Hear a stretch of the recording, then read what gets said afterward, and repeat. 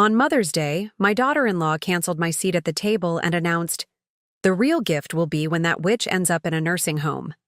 On Monday, I canceled the check for her mortgage. "I'm glad to have you here. Follow my story until the end and comment the city you're watching from, so I can see how far my story has reached."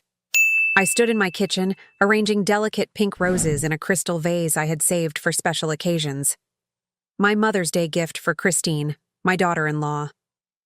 The sunlight streamed through the windows, catching on the polished surface of the high, hand-painted teacup set I'd bought for her, a splurge I couldn't really afford on my fixed income. But I wanted her to feel special. 60 years old, and I still believed in trying. Still believed that if I just found the right gift, said the right words, somehow the wall between us would crumble. My phone buzzed on the counter. David, my son. My heart lifted as I wiped my hands on my apron and reached for it. "Mom," his voice sounded strained. "About tomorrow." Something in his tone made me grip the edge of the counter. "What about it, honey? I've got Christine's gift all ready, and I made those lemon cookies the kids love." A heavy silence stretched between us. "That's just it, Mom. Christine thought it would be easier to just keep it small this year. Family. Only." My hand froze midair. "But I am family." "You know what I mean, Mom." His voice dropped lower. "Just us and the kids. Christine's parents are coming too." The roses blurred before my eyes. "Her parents?" "Yeah, they're staying the weekend." I swallowed hard, fighting to keep my voice steady. "I see. Well, I could just drop by briefly. I won't stay long. I just want to give Christine—" "Mom, please don't make this difficult." The frustration in his voice cut through me like a knife. "Christine has been really stressed lately with the house renovations and everything." The house renovations. The house I'd helped them buy. The mortgage I'd been paying for them since David lost his job last year. The mortgage that had been draining my retirement fund month after month. "I understand," I said, though I didn't. "Not really." After we hung up, I stood there, staring at the roses I'd so carefully arranged. I'd always believed that families stuck together no matter what. That belief had guided me through my hardest days after Robert died, leaving me alone with a 12-year-old son to raise. I picked up my car keys. I would drive by their house, just to drop off the gifts. I wouldn't even go inside. What harm could that do? 20 minutes later, I pulled up to their 2-story colonial.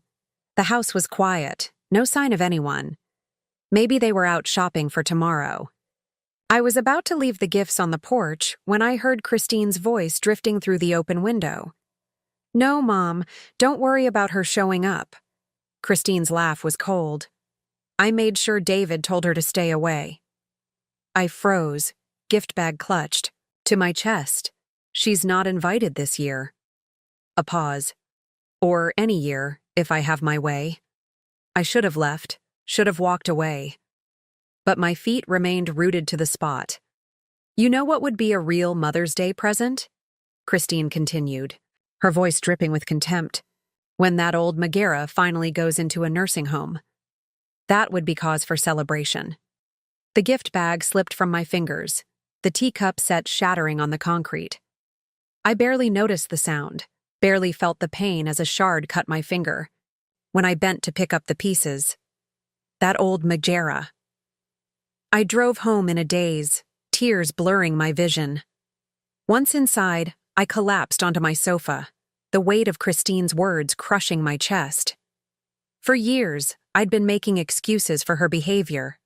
She was under stress. She came from a different generation. She just needed time to warm up to me. I'd swallowed her snide remarks at family gatherings, pretended not to notice when she forgot to include me in family photos. And all the while, I'd been helping them financially, paying their mortgage, contributing to my grandchildren's college, funds, going without so they could have more. My gaze fell on my checkbook, sitting on the coffee table. The mortgage payment for their house was due next week.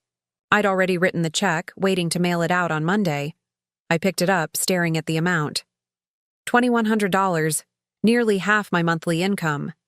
With trembling fingers, I tore it in half. Then I called the bank and put a stop payment order on all future checks to the mortgage company. "Are you sure, Mrs. Harrison?" the bank representative asked. "This is a recurring payment you've been making for over a year." "I'm sure," I said, my voice stronger than I'd felt in years. "That payment stops today." When I hung up, I noticed my hands had stopped shaking. For the first time in months, I could breathe freely. Tomorrow was Mother's Day, and I would spend it alone. But it would also be the first day of my new life. A life where I would no longer sacrifice my dignity for people who saw me as nothing, but a burden to be tolerated. I looked around my small living room, at the photos of David and the grandkids.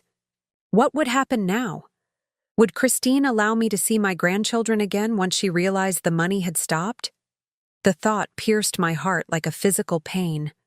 But another voice, stronger and clearer, rose within me. What kind of example? Am I setting for my grandchildren if I allow myself to be treated this way? The phone rang. David's number flashed on the screen. Too soon for him to know about the check, but perhaps Christine had seen me outside their house. I let it ring. 3 days passed without a word from David or Christine. 3 days of jumping whenever my phone rang, of rehearsing what I would say when they finally called. 3 days of questioning whether I'd made the right decision. I sat at my kitchen table, sorting through old photo albums. There was David at 7, missing his front teeth, proudly holding up a fish he'd caught with his father. Robert's death from a sudden heart attack 3 years later had shattered our world, leaving me a 35-year-old widow with a grieving child and a mountain of debt. I traced Robert's face in the photograph. "I did everything I could," I whispered to him. "I kept our boy safe." And I had. I'd worked 2 jobs, administrative assistant by day, waitress by night, to keep a roof over our heads. I'd helped David with homework between shifts, attended every school event even when it meant going without sleep.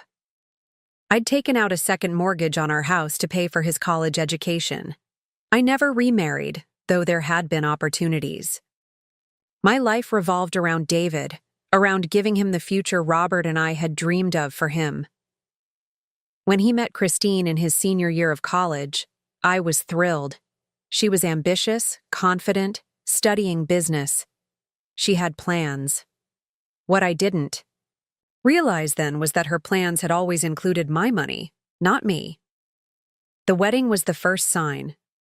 Christine insisted on a lavish affair at an expensive venue. When I gently suggested something more modest, she'd looked at me with thinly veiled contempt. "This is our special day," she'd said. "We want it to be perfect. Don't you want that for your son?" Of course I did. So I withdrew money from my 401k, incurring penalties I couldn't afford, to give them the wedding of Christine's dreams. After they married, the distance grew. David called less frequently. Invitations to dinner became rare. When I did visit, Christine would find reasons to cut the visits short.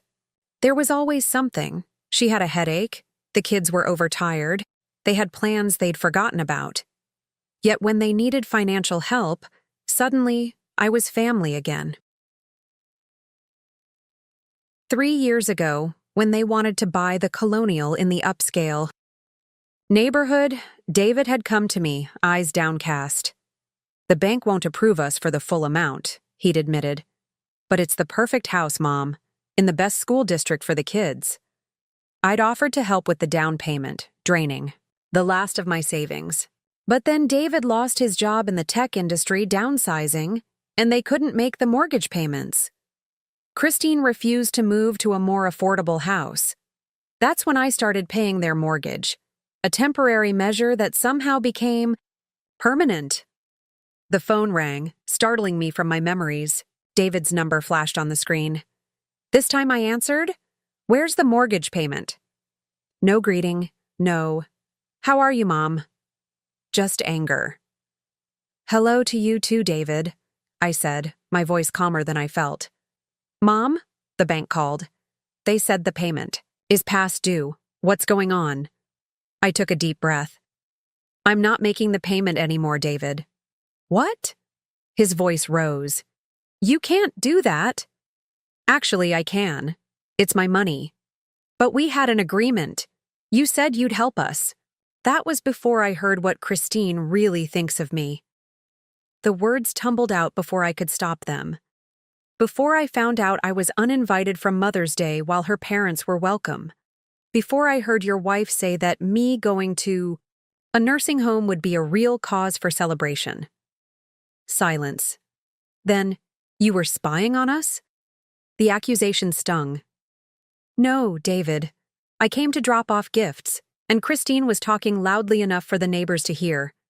She didn't mean it, he said, but his voice lacked conviction. She was just venting. About what?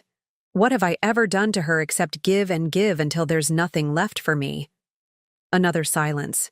I could almost see him running his hand through his hair the way he did when stressed, a gesture so like his father's. Mom, we need that money. We can't make the payment without it. Then sell the house, David. Get something you can afford. We can't do that. Now he sounded panicked. The market's down, we'd lose money, and the kids' school, those are your choices to make, I said, surprised at my own firmness. But I won't be paying anymore. Is this blackmail? His voice turned cold. You're using money to punish us because your feelings got hurt? Something broke inside me. After everything I'd sacrificed, everything. I'd given up. My son thought I was being petty. This isn't about punishment, David. It's about respect. My voice trembled but held steady. I've spent my entire life putting you first. I went without so you could have what you needed. I'm 60 years old with barely enough saved for retirement because I gave everything to you. And in return, you let your wife treat me like I'm nothing. That's not fair. No, it's not fair. None of this is fair. But I'm done. I paused, gathering strength. I love you, David. I always will. But I won't set myself on fire to keep you and Christine warm anymore. I hung up before he could respond, before my resolve could crumble. Outside my window, spring flowers were blooming in my small garden. I'd planted those bulbs in the fall, an act of faith that I would be here to see them flower. Now they're vibrant. Colors seemed like a sign, life continuing, beauty emerging even after the harshest winter. My phone buzzed with a text from David. We need to talk about this in person. I'm coming over tomorrow. I set the phone down without replying. Tomorrow would come soon enough. For now, I walked outside to my garden and began pulling weeds, my hands working in the rich soil. It was time to tend to my own life for a change. Time to see what might bloom if I redirected all that care and attention toward myself. The doorbell rang at precisely 10 o'clock the next morning. I'd been up since dawn, too anxious to sleep, rehearsing what I would say to David. I smoothed my hands over my cardigan and opened the door. David stood on my porch, his face drawn with tension. He looked older somehow, the lines around his eyes deeper than I remembered. Come in, I said, stepping aside. He walked past me without a word, his shoulders rigid. In the living room, he remained standing, hands jammed in his pockets. Would you like some coffee? I asked, reaching for normalcy in this decidedly abnormal situation. I'm not here for coffee, Mom, he said, his voice flat. I'm here about the mortgage. Of course, not to check on me, not to apologize for excluding me from Mother's Day. Just the money. I sat down on the sofa, suddenly bone-weary. Sit down, David, please. He hesitated, then perched on the edge of the armchair across from me. We need that money. The bank called yesterday. If we miss another payment, they'll start foreclosure proceedings. I told you my decision, I said, quietly. I'm not paying anymore. Because of some stupid comment Christine made? He ran his hand through his hair in frustration. She was just having a bad day. This isn't about one comment, I said. It's about years of disrespect, years of being treated like an ATM rather than a mother. That's not fair, isn't it? I opened the drawer of the side table and pulled out a small notebook. Do you know what this is? It's every financial gift I've given you and Christine since you got married. The down payment on your house, the money for renovations, the monthly mortgage payments, the loans that were never repaid. I opened it, turning pages. It's over $300,000, David. Almost everything I had saved for retirement. His face flushed. You never said those were loans. You offered to help. And you never declined, I countered. You never even said thank you.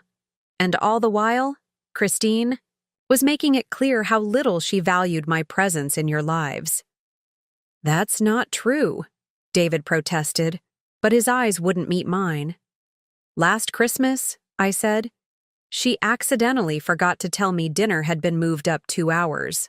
I arrived to find everyone finishing dessert. David shifted uncomfortably. That was a misunderstanding. The family vacation to the beach last summer, I only found out about it from Facebook after you'd already gone. We thought you wouldn't want to. Your anniversary party? I was seated at a table with strangers, far from family. Mom, you're being dramatic. Am I? I walked to my desk and returned with a stack of cards. Birthday cards for the children, Christmas checks, all returned with wrong address written on them, even though my address hasn't changed in 20 years. David's face paled. I never saw those. Of course you didn't. I set them down between us. Christine made sure of that. Just like she makes sure I rarely see my grandchildren. Did you know Lucy asked me last time I saw her why I don't love her anymore? Because Christine told her that's why I never come around. David's shoulders slumped. She wouldn't do that, neighbor. Did. I leaned forward. David, I've tried for years to build a relationship with Christine. I've overlooked slights, swallowed insults, and continued to support you financially, but I can't do it anymore. I won't. The doorbell rang again, startling. Us both. Are you expecting someone? David asked. I wasn't, but I had a sinking feeling I knew who it was. I opened the door to find Christine standing there, her expression a mask of righteous indignation. I knew he wouldn't handle this right, she said, brushing past me into the house. Her eyes landed on David. What's taking so long? Just get her to sign the check and let's go. The chill in the room was palpable. David looked mortified. Christine, he began. That's not why. Oh, stop it. She turned to me, arms crossed. Look, I know you're upset about Mother's Day, but this is childish. We need that money. It's my money, I said quietly, and I've decided not to give it to you anymore. Christine's face darkened. After everything we've done for you? I couldn't help it. I laughed. It was so absurd, so completely backward. What exactly have you done for me, Christine? Besides take my money and keep me from my family? I've tolerated you, she snapped, her veneer cracking. Do you have any idea how tiresome it is, having you hover around, always wanting attention? David was fine until you started playing the poor lonely widow card. David stood up so abruptly the coffee table rattled. Christine, that's enough. No, it's not enough, she shot back. Your mother has been manipulating you for years with her guilt trips and her checkbook. Well, we don't need her. We kind of do need her checkbook right now, David said quietly, and something inside me broke, my own son, admitting that my value to them was purely financial. Christine turned back to me, her voice suddenly honey-sweet. Priscilla, we all say things we don't mean when we're upset. Let's put this behind us. The mortgage payment is no longer my responsibility, I finished for her. Neither are you. Christine's facade crumbled completely. You smug, self-righteous, old woman. Do you think David would even visit you if you weren't paying our bills? Do you think the kids would care about their grandmother if you weren't bringing them expensive gifts? David stared at his wife in horror. Christine, stop. No, let her continue, I said, a strange calm washing over me. Let her tell the truth, for once. Christine laughed bitterly. The truth? The truth is you've been buying your way into our lives because you have nothing else to offer. No one else to burden with your neediness. And now you're throwing a tantrum because you finally realized we've been using you.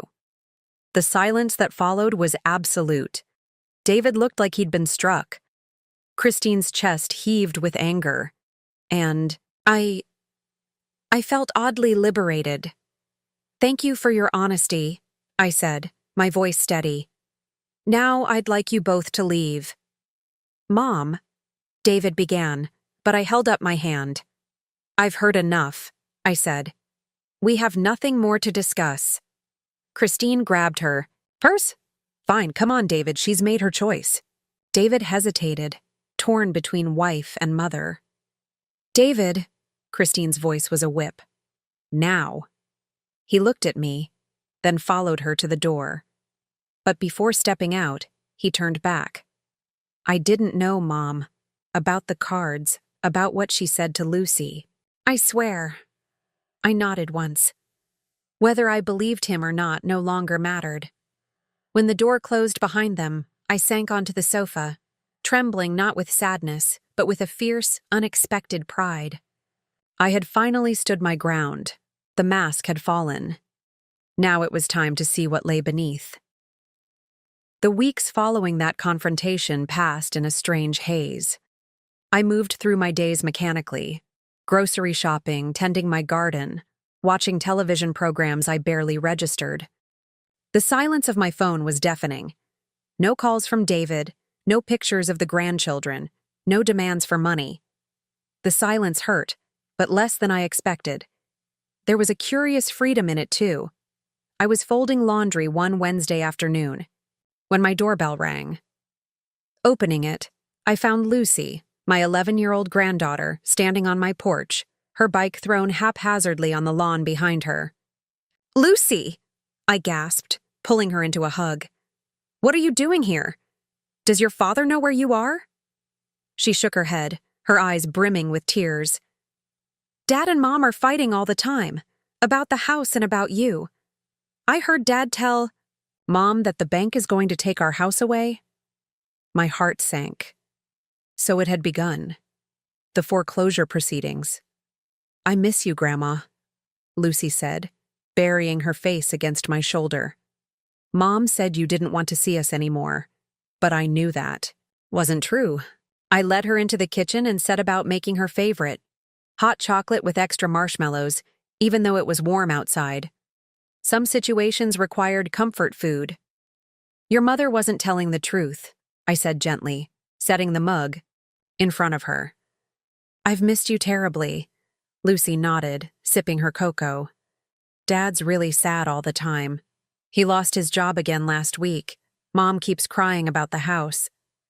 So that was why David hadn't called. On top of the mortgage trouble, he'd lost his job. Again. It was the third time in 5 years. The tech industry could be brutal. Are you and Dad fighting? Lucy asked, her eyes wide with worry. Is that why you're not helping with our house anymore? I took a deep breath, considering how to explain adult complexities to a child. Your dad and I have a disagreement about respect, about how family members should treat each other. Is it because Mom's mean to you? Lucy asked bluntly. I heard her tell Aunt Sarah that you were a controlling witch who needed to mind your own business. I nearly choked on my tea, out of the mouths of babes. It's complicated, sweetheart, I said finally. But I want you to know that none of this is your fault, and I love you very much. When I called David to let him know Lucy was with me, his relief was palpable. I'll come get her right away, he said, his voice tight. Let her stay for dinner, I suggested. I'll bring her home after. A pause. Christine won't like that. Christine doesn't have to know, I replied, surprised at my own boldness. Lucy came to me, David. She's worried about you two fighting all the time. Another, longer. Pause it then. Fine, but I'll pick her up. I need to talk to you anyway. David arrived just after 7, looking exhausted. Lucy ran to hug him, chattering about the cookies we'd baked and how I'd let her help deadhead the roses in my garden. Go wait in the car, sweetheart, David said, finally. I need to talk to Grandma. When she was gone, he stood awkwardly in my living room, hands in his pockets, just as he had weeks ago. But something had changed. The anger was gone, replaced by a bone-deep weariness. You lost your job, I said. He nodded. Budget cuts. They laid off 20% of the staff. And the house? We missed 2 payments. He sank into a chair, running, a hand over his face. The bank sent a formal notice. If we don't catch up within 30 days, they'll start foreclosure. I said nothing, waiting. Christine's parents can't help. Her dad lost most of his retirement in some investment scheme last year. They're barely getting by themselves. I'd never known that.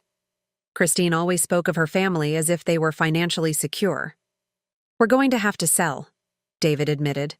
But like I told you, the market's down. We'll lose money.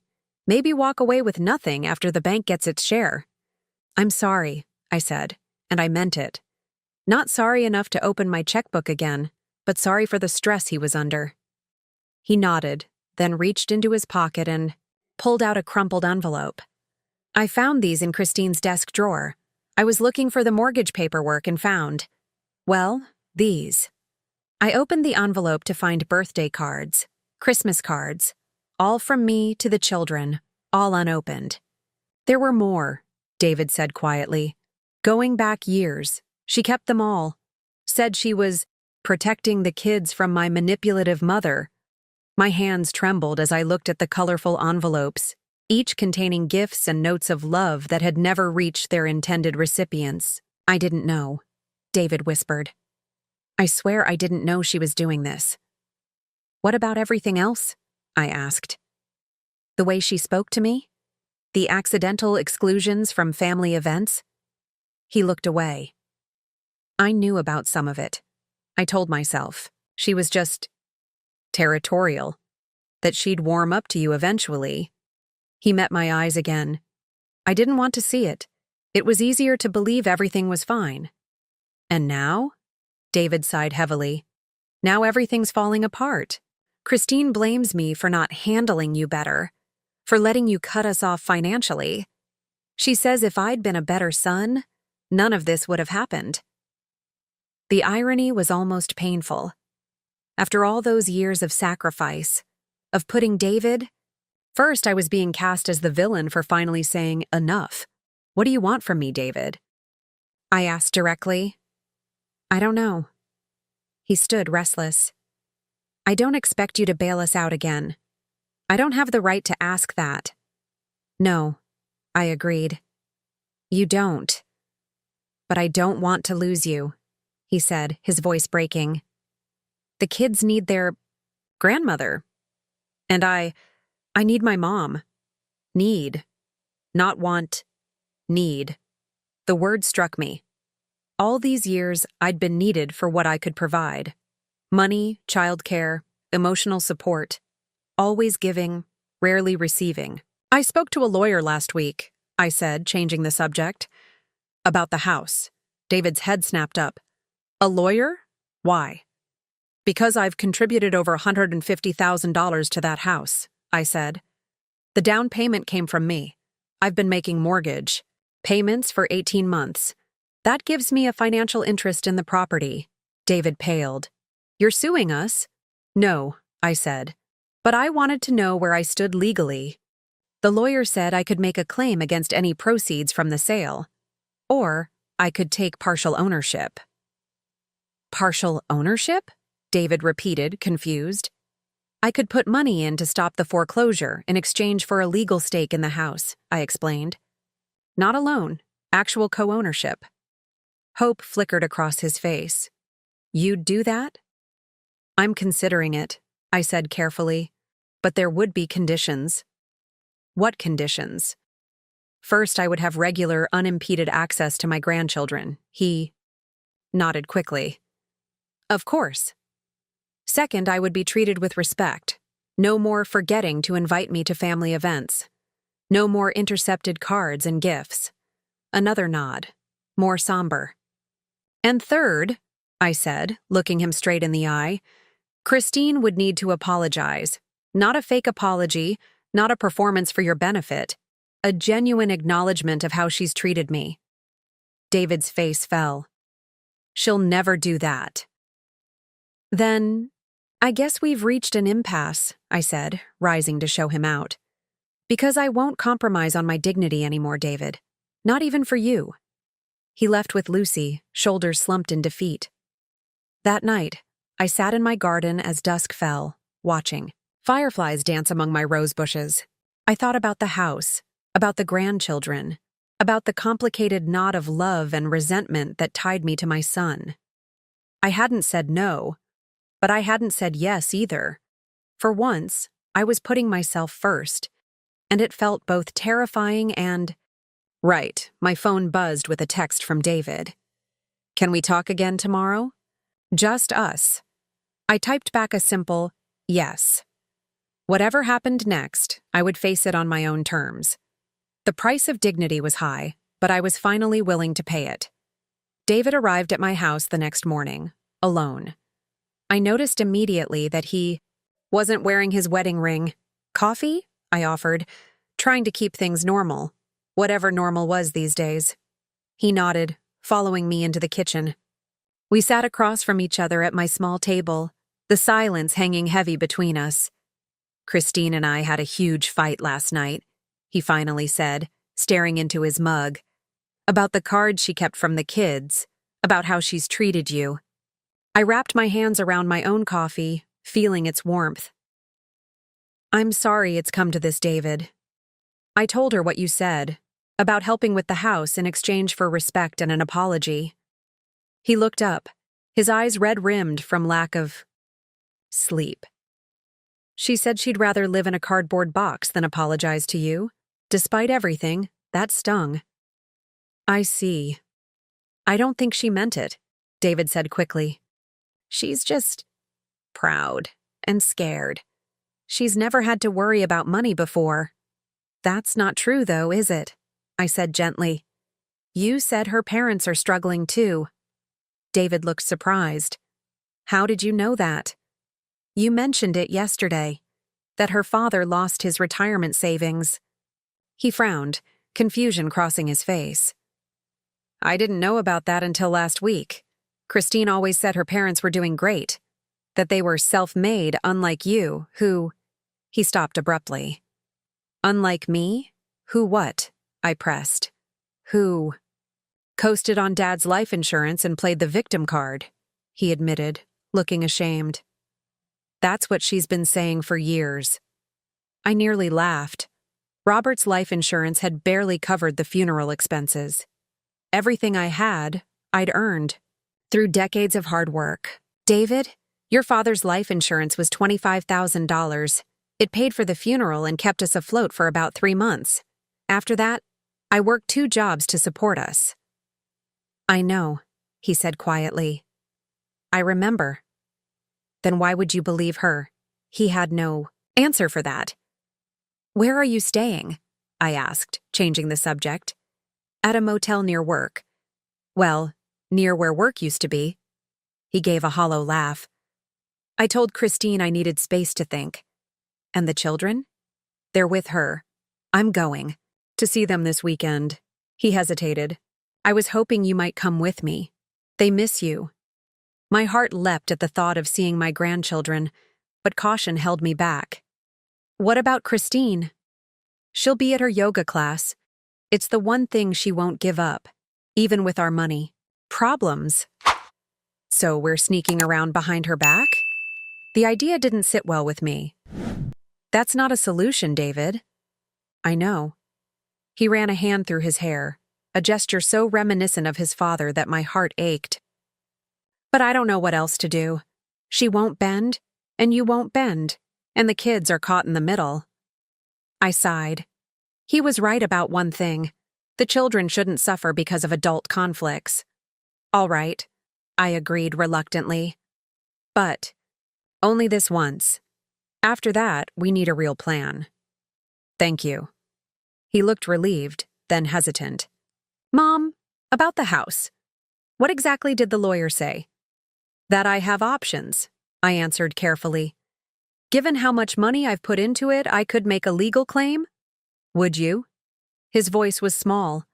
I understand if you want to, but it would. I haven't decided yet, I interrupted. But if I do help, it would be as a co-owner, not just handing over money. I'd need my name on the deed, David. He nodded slowly. That makes sense. As he stood to leave, he paused at the door. I'm sorry, Mom, for everything, for not seeing what was happening, for taking your help for granted. I know, I said softly. I've never doubted that you love me, David. But love without respect isn't enough.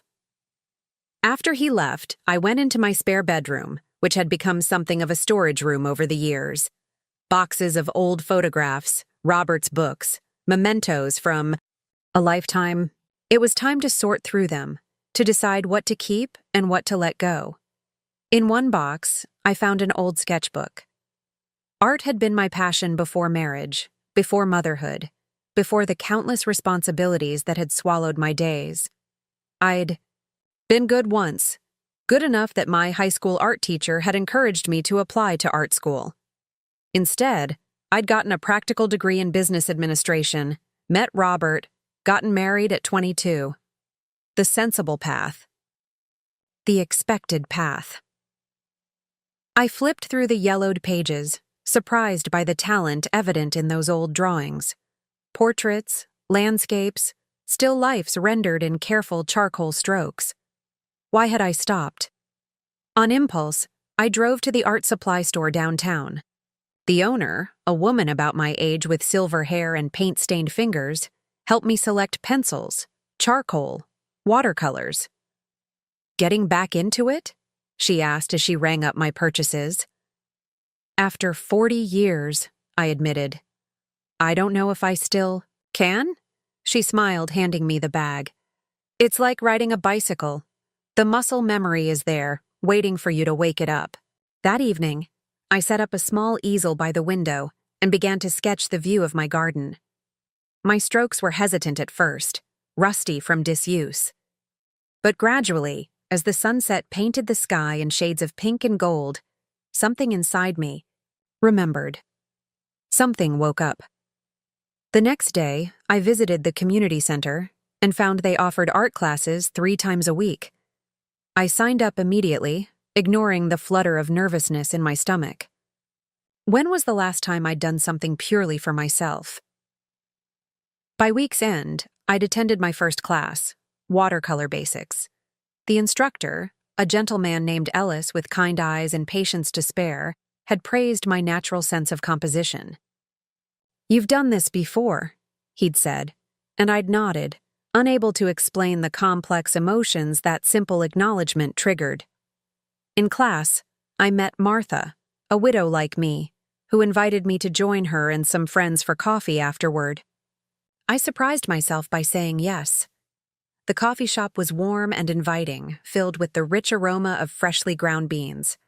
Martha's friends, Judith, Eleanor, and Doris, welcomed me without hesitation, drawing me into their conversation about books, politics, and the upcoming art exhibition at the local gallery. You should submit something, Judith suggested when I mentioned I was picking up art again. The deadline's not for another month. Oh, I couldn't, I protested. I'm just a beginner. Again. We're all beginners again at something, Eleanor said. Wisely. That's the beauty of our age. We get to reinvent ourselves. Reinvention. The word lingered in my mind as I drove home, as I prepared for bed, as I lay awake thinking about the weekend, about seeing my grandchildren, about the house and Christine and all the tangled threads of family that still bound me, even as I was discovering this new part of myself. For the first time in years, perhaps ever, I wasn't defined solely by my roles. Mother, grandmother, financial supporter. I was becoming something else, something more. I was becoming myself. A year passed, bringing changes I never could have imagined that terrible Mother's Day when Christine's words had shattered my illusions about my place in my son's family. It is Mother's Day again. The morning sun streams through my kitchen windows as I arrange a bouquet of tulips from my garden. The house smells of cinnamon and sugar, homemade rolls rising in the oven, a recipe I'd perfected over the winter. The doorbell rings, and I smile, knowing who it is. Grandma! Lucy and James rush in, arms outstretched for hugs. Behind them, David stands with a wrapped package and a sheepish grin. Happy Mother's Day, he says, kissing my cheek. Something smells amazing. Cinnamon rolls, I tell him, accepting the gift. Your favorite. Lucy tugs at my hand. Grandma, wait till you see the painting I made at school. Dad brought it for you. I can't wait, I say, genuinely excited. At 12, Lucy has shown a real talent for art, a talent I've encouraged with supplies and lessons.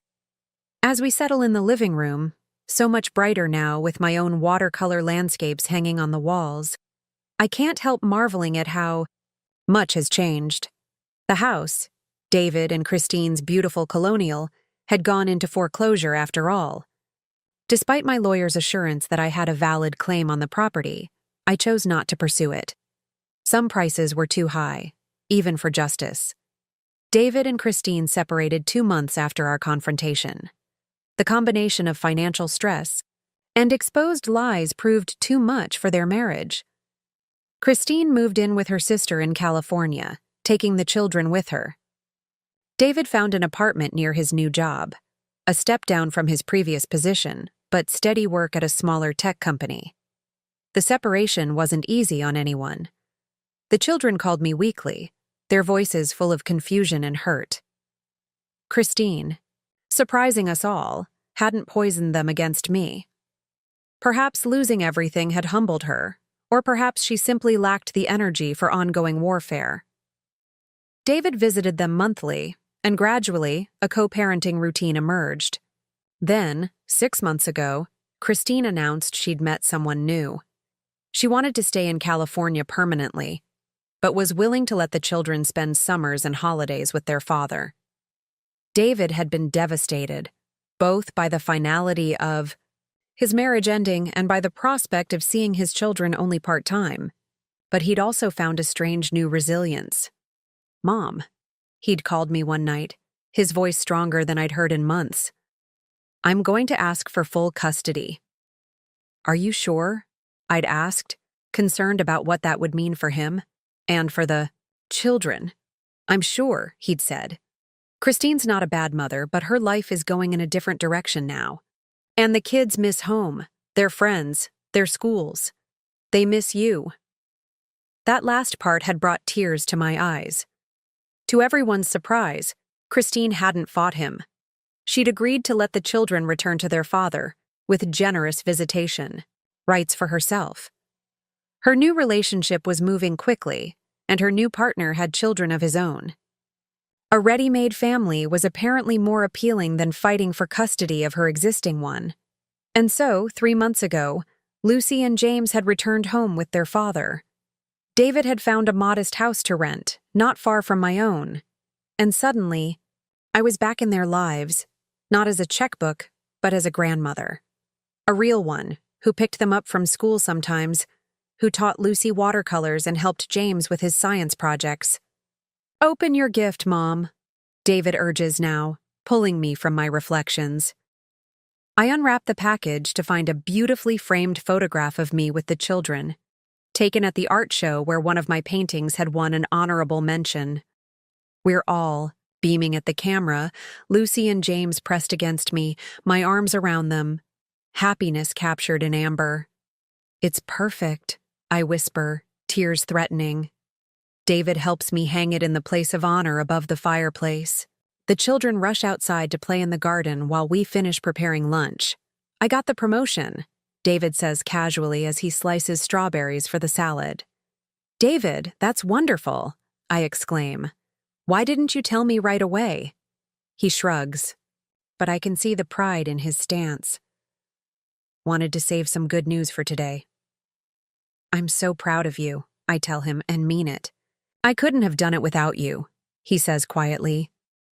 Not just the practical help, but you showed me what resilience looks like, what it means to respect yourself. I squeeze his arm, too moved to speak. I've been thinking, he continues, about the future, about buying a house again someday, when I've saved enough for a proper down payment. That's a good goal, I say cautiously. We've both learned to be wary about money conversations. This time, I'm doing it right, he assures me, reading my thoughts. No overreaching, no financial help from you. I never minded helping David, I remind him. I just minded being taken for granted. He nods, understanding. I know.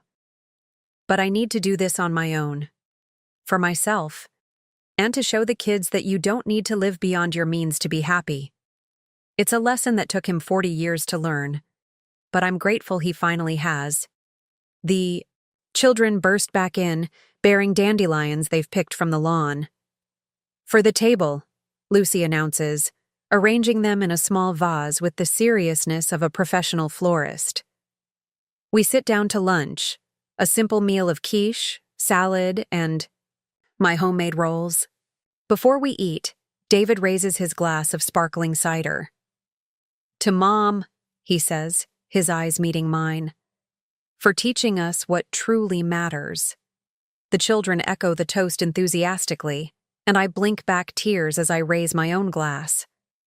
After lunch, while the children help David with the dishes, another positive change. He's teaching them responsibility now. I step out onto my porch. The spring air is soft with promise, my garden a riot of color. Martha will be picking me up at 3 for our weekly art group. We've been meeting regularly for months now, a circle of women supporting each other through life's transitions. Martha through her recent retirement, Judith through her husband's illness, me through the reshaping of my family. I've found friendship there, connection, purpose. My watercolors have improved to the point where a local gallery has agreed to display some in their summer exhibition. A small achievement, perhaps, but one that fills me with quiet pride.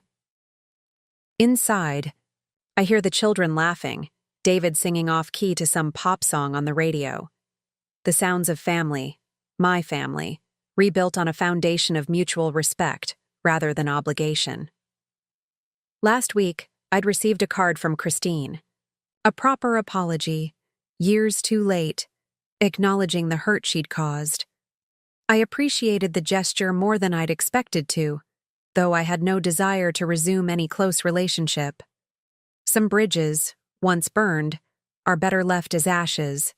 The front door opens, and David joins me on the porch, handing me a fresh cup of tea. Happy? He asks simply. I look at him, my son, who nearly lost himself but found his way back. Who's learning, as we all are, that love without boundaries isn't really love at all. Yes, I answer truthfully. I'm happy. We sit in comfortable silence as the afternoon sun warms us. In the garden, the children are playing tag, their laughter carrying on the breeze. Inside, my new painting waits on the easel, half finished. Tomorrow, I'll add more color, more definition. Tomorrow, I'll continue creating the life I want. Today, it's enough to be here.